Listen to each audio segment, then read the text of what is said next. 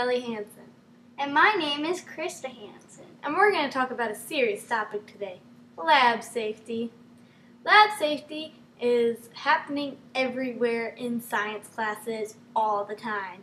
So please listen to this report or it will be very informing. Safety is always a subject that needs to be acquired and thought over before doing any labs. So please don't have any horseplay, for this might happen to you.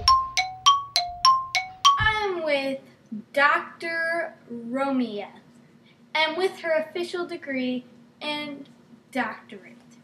So, Dr. Romia today brought us a special tool used in measuring, Called a measuring cup. Now, what does this measuring cup do, Dr. Romia? Well, I use this measuring cup to pour. Even though it says measuring in the name, you can still use it to pour. Never thought of that, Dr. Romia. Thanks for having you here. Now, another thing that happens in the lab, not quite often, but does happen, is people putting on makeup. May I? Now, even though putting mascara on, like this one, or maybe putting on a little blush with these items, may be tempting, please, for the safety of everyone, don't be dumb enough to do it. Having your hair up is also a necessity, so use a brush like this before you even go to school to put your hair up. It would be greatly appreciated. That way, your hair doesn't catch on fire or burn you to death after it catches on fire. And now on to our next segment. Our next segment. I'm eating them. Do you want some? No, thank you. But you just took us to our next segment.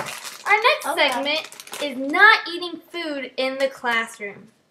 That includes gum, Cheez-Its, your lunch, or even water bottles. So please, so we don't all get poisoned by your food, don't eat it. Okay, so now on to our next subject. When there are lab table stuff out, then please, don't touch it. You're only going to result in, well, maybe a detention, maybe a lunch detention, maybe even ISAP if it's happened multiple times. So, whatever you do, don't touch the red trays. Moving on, whenever it's a science lab day, wear tennis shoes. Because open-toed shoes like these could get your toe cut off. And no one wants to see your toe cut off. So if you could, wear tennis shoes. That'd be greatly appreciated. Also, another thing is that when you come into the classroom and there is a lab set up, hold your books, because the teacher might tell you to put them in the hallway, under your desk, or in a special corner. Because, we don't want your books end up disintegrating because some poisonous chemical just disintegrated them. And you don't want to pay that $60 to $120 at the end of the year. Okay, so next is, well, if you feel sick, lightheaded, or dizzy. Tell the teacher ahead of time, or whenever you start to feel sick, lightheaded, or dizzy, because you may be having a reaction to the smells in the room. So if you could, tell the teacher, because not everyone in the classroom would like to get sick. We're back with Dr. Romia. She's going to teach us how to waft a smell.